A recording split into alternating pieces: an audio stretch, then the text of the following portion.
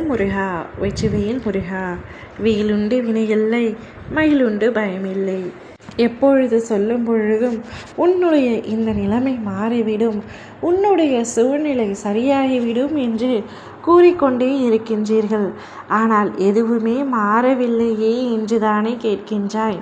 தங்கமே, நாளைய விடியலில் நீ நினைத்தபடியே மாற்றம் வரப்போகின்றது. ஒன்றும் புரியவில்லையா? இதை முழுமையாக கேள். உனக்கே நான் சொல்ல வரும் உண்மை புரியும்.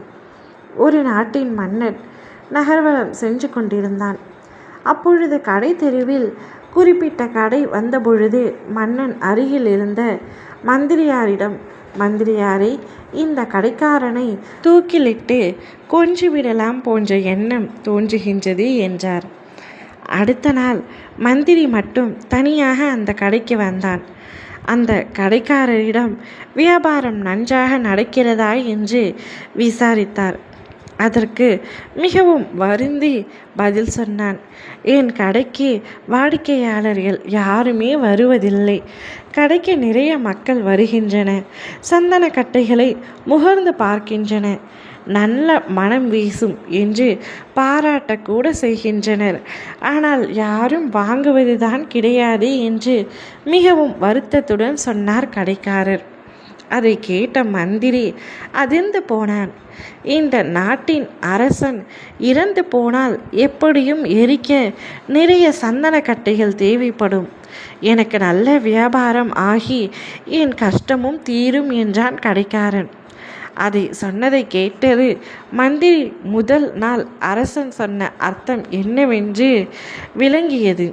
கடைக்காரனின் கெட்ட எண்ணமே மன்னனின் மனதில் அதிர்வலைகள் எதிர்மறை உண்டாக்கி அப்படி அந்த வார்த்தையை சொல்ல வைத்தது என்று உணர்ந்தார். உடனே மந்திரி அந்த கடைக்காரனிடம் சந்தன கட்டைகளை விலைக்கு வாங்கி எடுத்து சென்று அரசனிடம், நேற்று நீங்கள் சொன்ன அந்த சந்தன கடைக்காரரை இந்த கட்டைகளை உங்களுக்கு பரிசாக வாங்கி வந்தேன் என்று கூறினான். அதை அரசன் பெற்று அந்த தங்க நிறமுள்ள சந்தன கட்டைகளை முகர்ந்து மகிழ்ச்சி அடைந்தான். அந்த கடைக்காரனை கொல்லும் எண்ணம் எனக்கு ஏன் வந்தது என்று கூனி குறுகினான். உடனே அரசன் அந்த கடைக்காரருக்கு சில பொற்காசுகளை கொடு.